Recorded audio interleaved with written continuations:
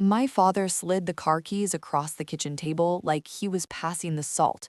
No hesitation, no apology, just keys scraping against wood, stopping right in front of my sister. She needed it more than you do, he said. I stared at those keys.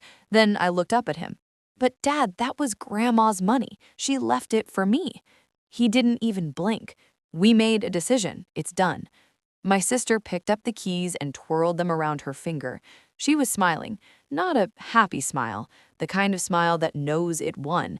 I looked back down at my hands, empty, flat on the table.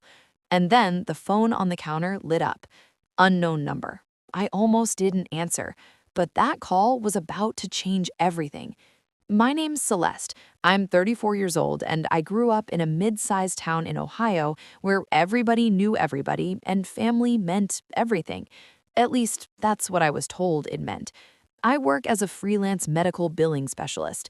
I know, it's not glamorous. Nobody's impressed at dinner parties. But I built that work from nothing, starting with a community college program I paid for myself, taking night classes while working days, surviving on cheap coffee, and the quiet belief that it would eventually be worth it. I'm the middle child, 3 kids total, and if you know anything about middle children, you already know the role I played.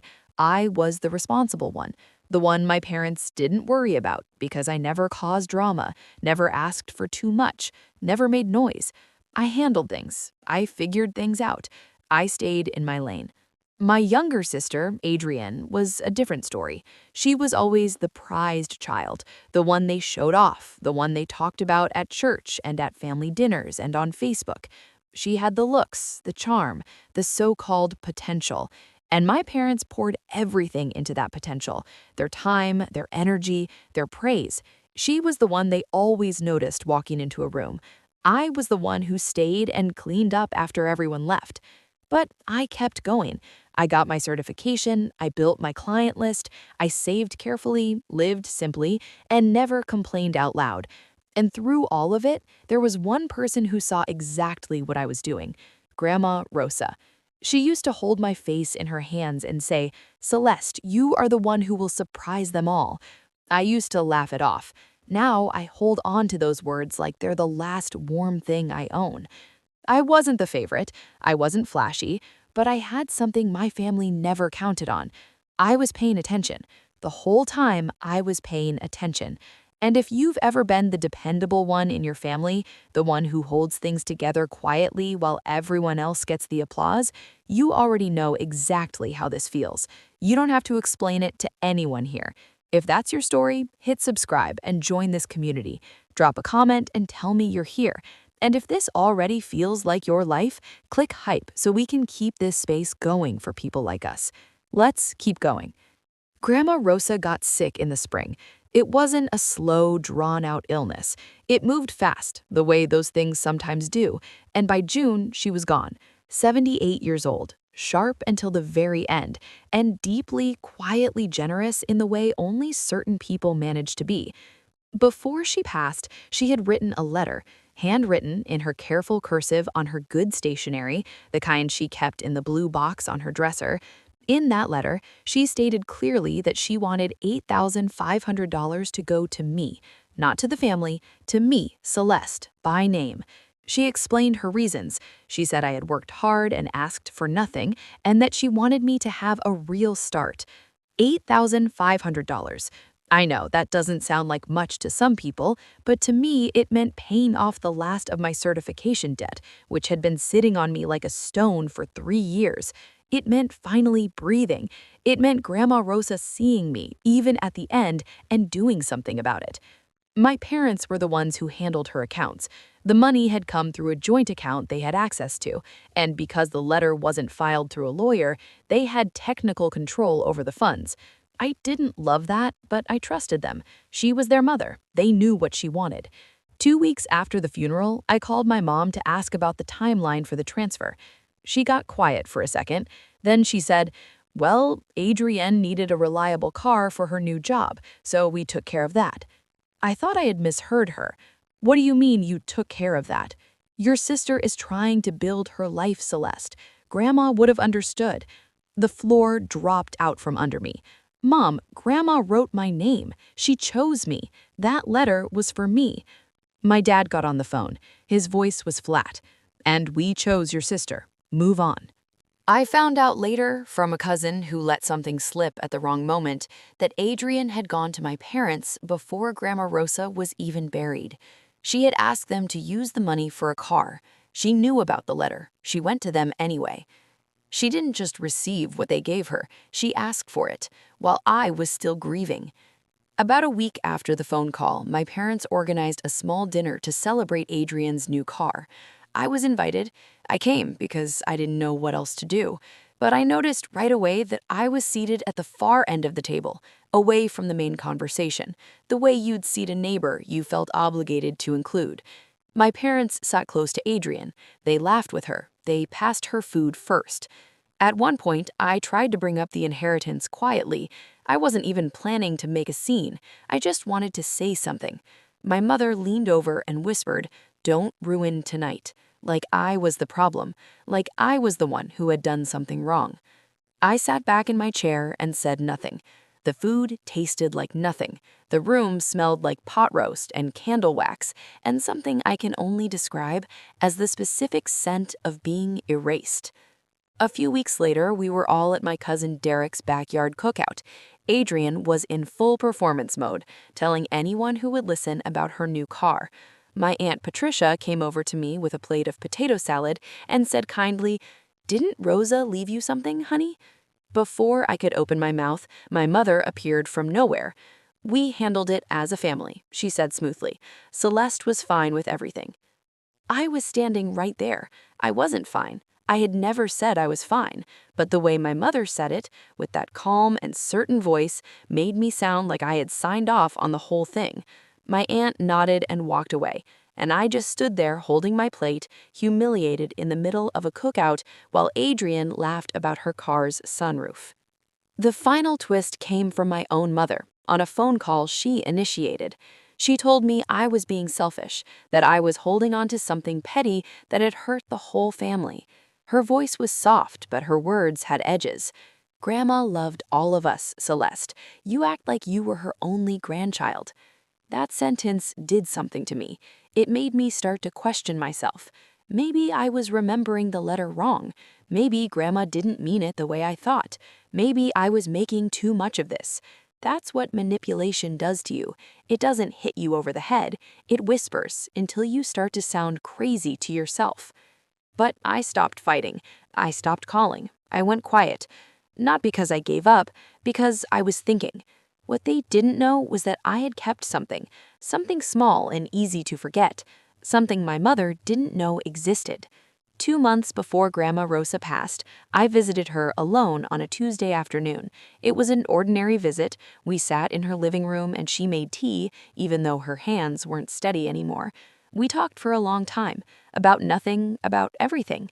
At some point, she asked me to hand her my phone because she wanted to show me a photo I'd sent her that she couldn't find in her messages. And then she stopped scrolling and looked at me with those steady eyes of hers and said, "I want to say something, and I want it to be saved somewhere they can't touch." I didn't fully understand what she meant. I just held the phone steady while she spoke into the camera. She said she was leaving her money to me.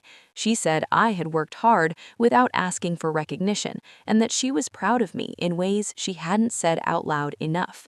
And then she looked directly into the lens and said clearly, "I have already told my son and his wife not to interfere with this. If they do, I want there to be a record of my wishes." She remembered everything. She had already seen what might happen. I forgot about the video in the weeks after her death. Grief does that. It buries things. But one night, about 6 weeks after the cookout, I couldn't sleep. I picked up my phone and started scrolling through my camera roll without thinking. And then I saw the thumbnail.